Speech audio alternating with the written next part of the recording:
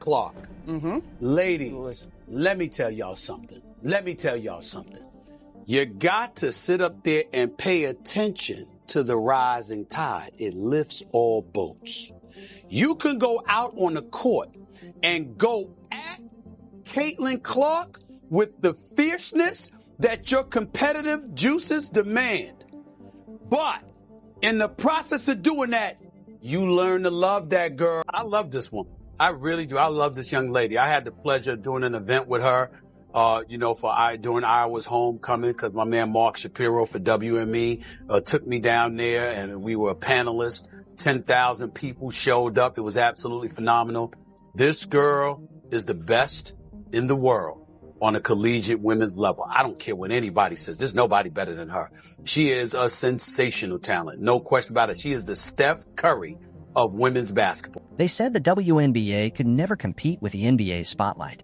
They said no single player could shatter the glass ceiling and drag women's basketball into primetime relevance. Yet here we are, watching Caitlin Clark do exactly that, rattling the sports world, smashing records, and reshaping the league's destiny, all while controversy swirls around the WNBA's response. Could the reluctance of league leaders and certain veteran players end up sacrificing the brightest moment women's basketball has ever seen? From the moment Caitlin Clark first stepped onto the hardwood at Iowa, you could feel the energy change. She wasn't just another collegiate standout. She was draining NBA-range three-pointers as though they were routine layups, disarming defenders with a suddenness and flair that seemed to bend the rules of possibility. By the time she announced her move to the WNBA, entire fan bases had already dubbed her the future of women's basketball. That kind of hype is typically reserved for established champions, not rookies, and it set the stage for a storm of attention the league hadn't seen in years. The response was immediate and overwhelming. Television ratings soared, social media lit up with her highlight reels, and crowds packed arenas in anticipation of her next jaw-dropping shot. Many fans, some of whom had never watched a WNBA game in their lives, found themselves tuning in just to see this new phenom let it fly from way beyond the arc suddenly. The conversation wasn't about whether women's hoops could draw big audiences. It was about how to accommodate the surge of new interest. Yet Clark's magic extends well beyond her shooting prowess. She unites disparate segments of the sports world, pulling in not just die-hard WNBA fans, but also college hoops enthusiasts, general NBA followers, and casual sports viewers intrigued by the viral videos that circulate after every one of her remarkable performances.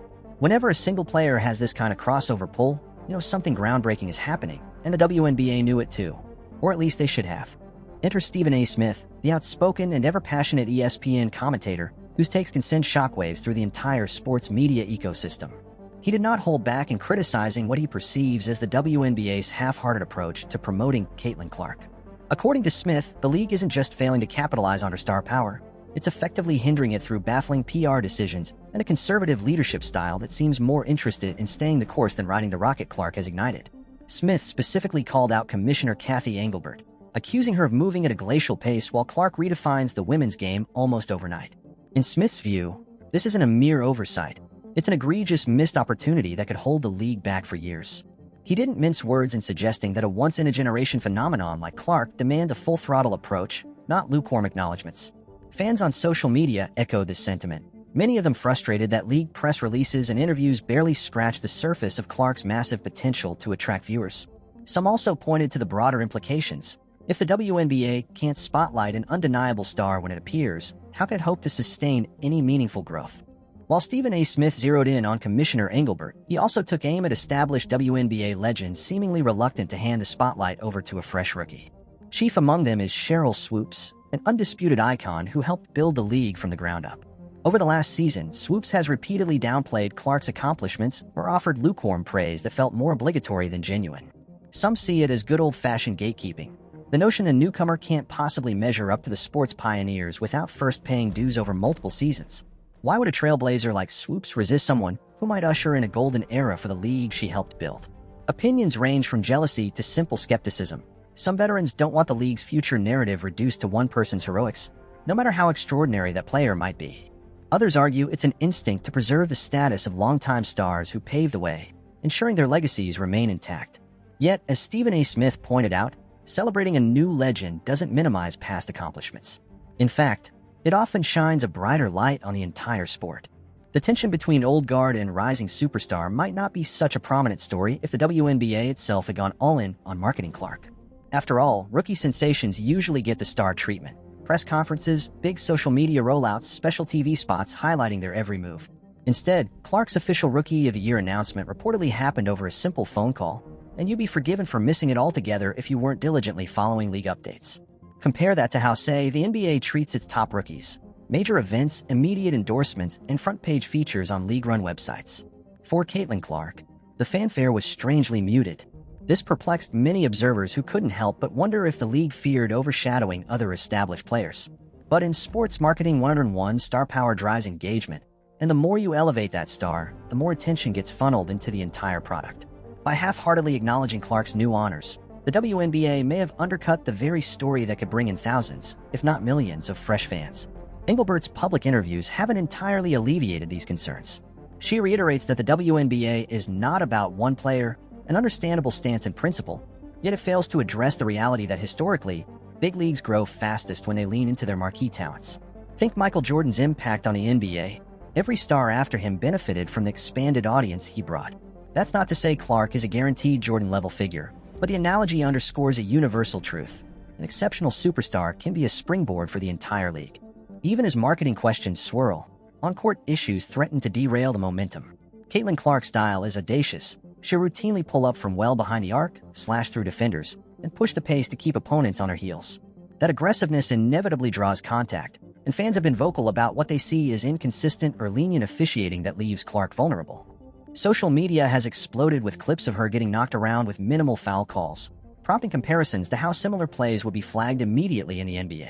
In the WNBA, Clark sometimes ends up taking a pounding with little consequence for the offending player. This disparity doesn't just raise questions of fairness. It highlights the risk that the league's most exciting draw could be sidelined by an injury that might have been preventable with tighter officiating. Players' safety should be paramount, especially for an athlete who's attracting so many new eyeballs to the game. If the WNBA wants to show it's on par with other professional leagues, ensuring consistent, rigorous officiating is a must. Anything less, and the league risks seeing its brightest star fade before she can truly revolutionize the game. Despite the obstacles, the WNBA is staring at a pivotal chance to rewrite its future. Major sports thrive on rivalries. Magic versus Bird, Federer versus Nadal, or Serena versus Sharapova. Rivalries feed storylines, keep fans invested, and push the entire sport into the spotlight. In Caitlin Clark, the league may have found an ideal personality to spark these rivalries, especially against other rising stars or established veterans who bristle at her sudden hype. Consider the marketing goldmine of promoting a battle between Clark and another top-tier player, someone who publicly questions her hype or has a track record of overshadowing rookies. The social media engagement would be off the charts, and the TV numbers for such a matchup could exceed anything the league has seen in years. But for a rivalry to flourish, fans must trust the integrity of the game. That means consistent officiating, high production values, and an unwavering commitment to letting these athletes duke it out fairly on the court. If the WNBA can orchestrate that, they might just find themselves in a new era, one where marquee showdowns become must-watch events, where casual fans circle game dates on their calendar, and where sponsors can't wait to invest in the league's bright future. Caitlin Clark is the spark, but the league has to decide whether to fan the flame or let it sputter. All roads lead back to Commissioner Engelbert and her leadership team, who have the unenviable task of pleasing longtime supporters and new fans alike. Engelbert came into her role at a time when interest in women's sports was already ticking upward. With Clark's meteoric rise, that slow climb could have turned into a rocket launch. Yet critics say the league's official statements and strategic decisions don't reflect the urgency of this moment. Many fear that by adopting a cautious stance, evidenced by a reluctance to push Clark into the limelight, the WNBA might alienate precisely the audience it seeks to court. Meanwhile, internal dynamics between veterans and incoming stars remain unresolved, casting a shadow of uncertainty over whether the league can unify behind its hottest commodity. If Engelbert fails to guide the WNBA through this juncture, the effect could be an erosion of trust from fans, sponsors, and even the players themselves. In fairness, managing a sports league is no small feat, especially one that has historically struggled to achieve parity with men's leagues in terms of revenues and media coverage. The desire to protect other stars, maintain balance, and avoid putting all eggs in one basket is understandable. But times of rapid change often demand bold moves. If ever there was a moment for such audacity, this is it. So here we stand at what many are calling the WNBA's defining crossroads. Will the league harness the power of Caitlin Clark's celebrity to spark broader changes, better marketing, improved officiating, deeper investment in player development, and usher in a new era of women's basketball? Or will it remain stuck in old routines, half-heartedly acknowledging her brilliance while inadvertently stifling the very thing that could catapult it into mainstream culture? Fans, sponsors, and media are all waiting for a decisive move. They've seen the potential, packaged neatly in a player who's already broken barriers at Iowa and is poised to do the same on the professional stage. The question is whether the WNBA is ready to handle the explosion of interest she generates. Industry analysts say the window of opportunity won't stay open forever. People love a hot news story, but if the league can't convert that excitement into a lasting fandom, viewers might move on as quickly as they arrived. By the same token, the risk of doing nothing is massive. If the WNBA fails to adapt, it could be left wondering for years how it let a generational chance slip away. Another phenomenon may eventually come along, but replicating the confluence of circumstances that made Clark's arrival so impactful could be far more difficult, if not impossible. Outside observers still doubt that women's basketball can claim the same cultural weight as the NBA. They argue the numbers, attendance, ratings, sponsorship deals simply aren't there. But Clark's meteoric ascent throws a wrench into that narrative. She's proved that compelling storylines and transcendent talent can captivate audiences regardless of gender labels. Sponsors have taken notice, fans have flocked to her games, and social media timelines are alive with her highlight clips. If the league's leadership plays its cards right, the surge driven by Clark could spill over into broader support for women's sports in general, paving the way for better salaries, improved training facilities, and a fundamental shift in how women's athletics are marketed. Young athletes, those still honing their skills in college or even high school, would see a clear path to stardom, with the knowledge that the WNBA is capable of creating real celebrities. Clark's rise should be a catalyst, a starting point for forging new partnerships, promotional efforts, and media deals that anchor the league in the public's consciousness. However, that vision hinges on the WNBA making bold moves and refusing to let outdated attitudes or tentative strategies undermine progress. Critics, both inside and outside the organization, will pounce on any missteps. They'll note every missed officiating call, every tepid marketing campaign, and every sign of reluctance to spotlight emerging talents. The league must respond with clear-eyed leadership and unwavering support for the players who can shift the cultural dialogue.